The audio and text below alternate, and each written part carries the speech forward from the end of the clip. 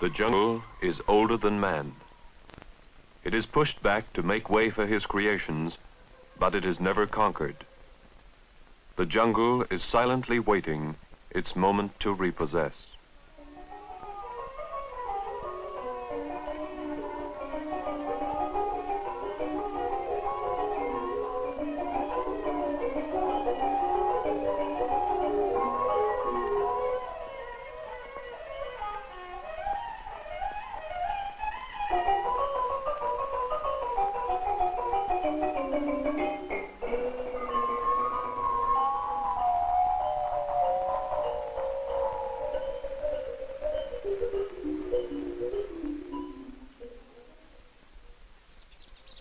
What the jungle has buried, man is slow to disinter.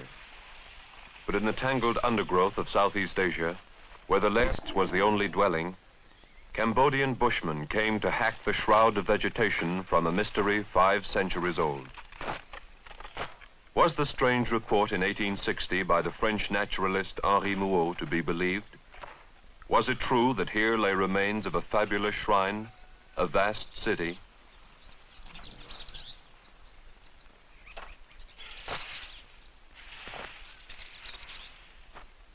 It was true.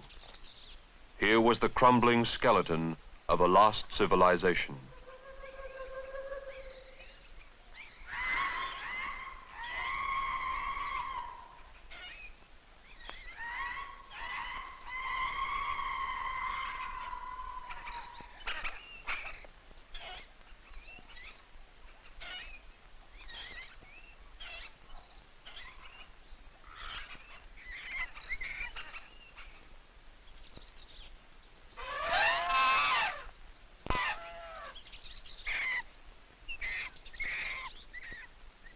When had it been built?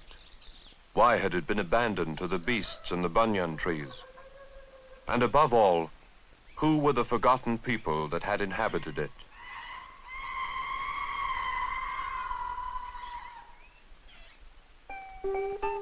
The Cambodians did not know. Legendary giants, some thought. The gods, others said.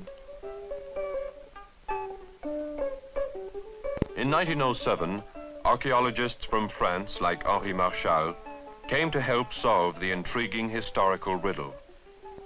One by one, the scrambled stones of the dead city were cleaned and studied. The stones had originally been ground to fit together without mortar. Apart from this, the Cambodians followed what must have been the methods of the original builders as they carefully raised them back into place.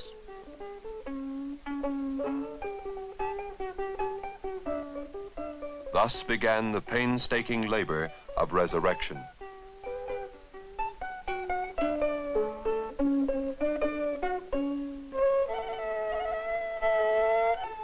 As the task proceeded, stone by stone, so the astonishing story was pieced together.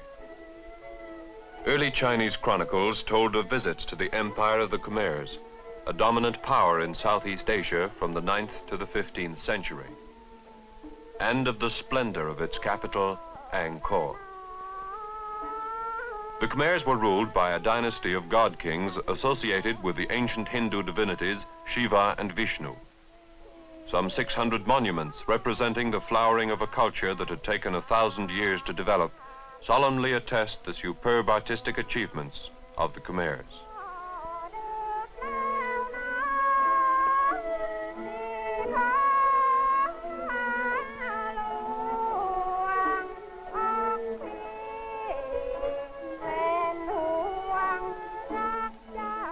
Through the city's majestic gates, elephant caravans had once paraded, with troops of torch-bearing attendants and hundreds of garlanded palace girls marching and dancing amid banners and music, as the people crowded about to see their god king.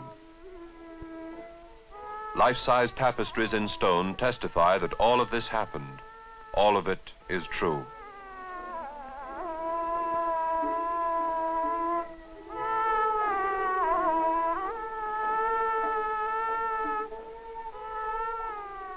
On the walls of the temples, inscriptions record that the Khmer people lived, that their pageantry was brilliant, that their kings were greater and wiser than any on earth.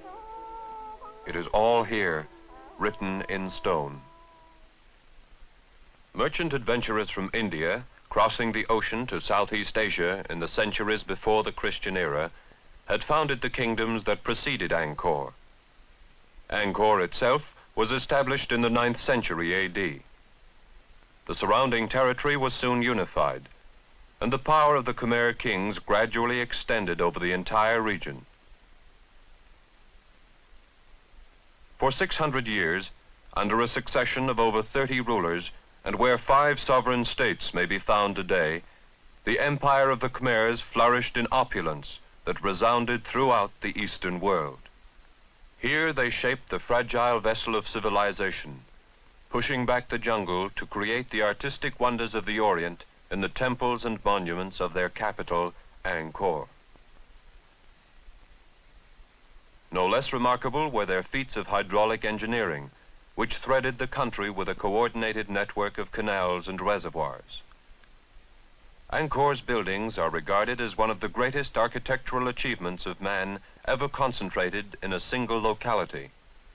With an area about that of Manhattan or the city of London, it was a metropolis of unparalleled splendor, a city unsurpassed in all history.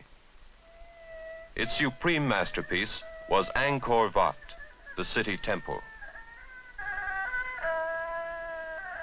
Built in the 12th century, it is a contemporary of Lincoln Cathedral in England and Notre Dame in Paris.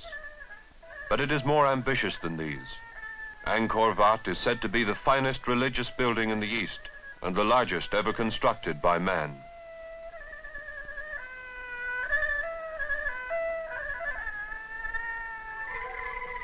On the walls of the temples, Angkor's artists set down details of everyday life. Here are the Khmers, baking bricks, cooking their food, quarrying stone,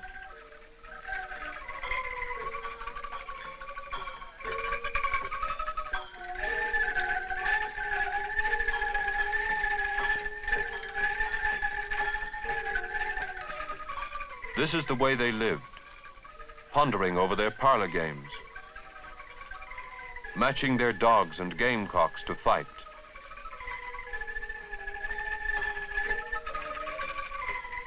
kneeling to kiss the hand of their ruler.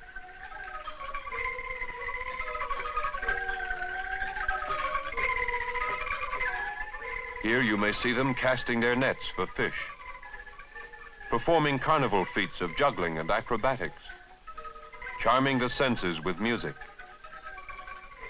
and dancing in honor of their gods. This is what they did. This is how it was.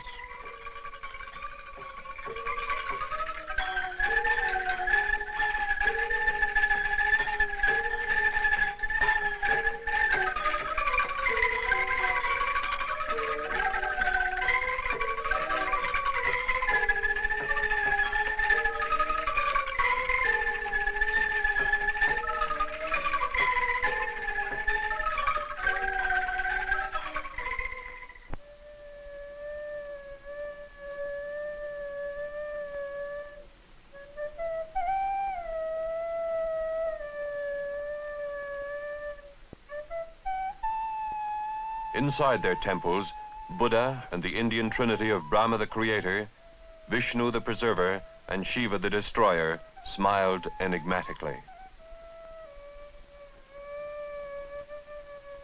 Inscribed on this massive foot of more than 100 drawings represent canons of their faith.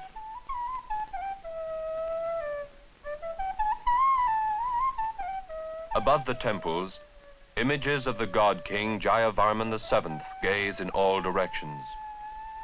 Angkor's most powerful ruler, he expanded his empire to its farthest reaches and made its capital a fortress of awesome magnificence.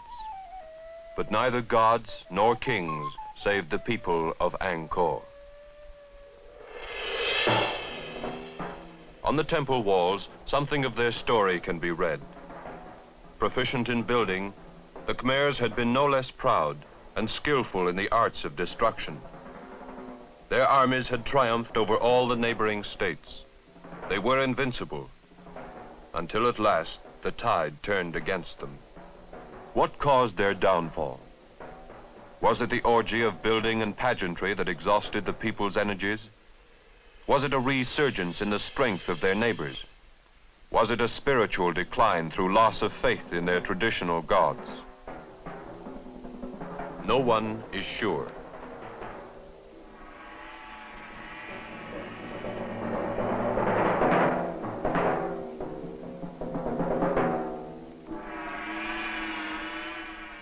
But finally, Angkor itself was sacked and plundered. Its people fled, never to return. Their civilization died. The jungle advanced to bury their achievements. Why did they not return? How could they allow so much to perish? These are the final mysteries of Angkor. Its stones cannot speak of what they have known, of a metropolis superior in its time perhaps, and more widely celebrated than our Paris or New York today. But they have meaning for all men and all ages. The word Angkor means city. The city of Angkor is a monument to the grandeur and the frailty of civilization.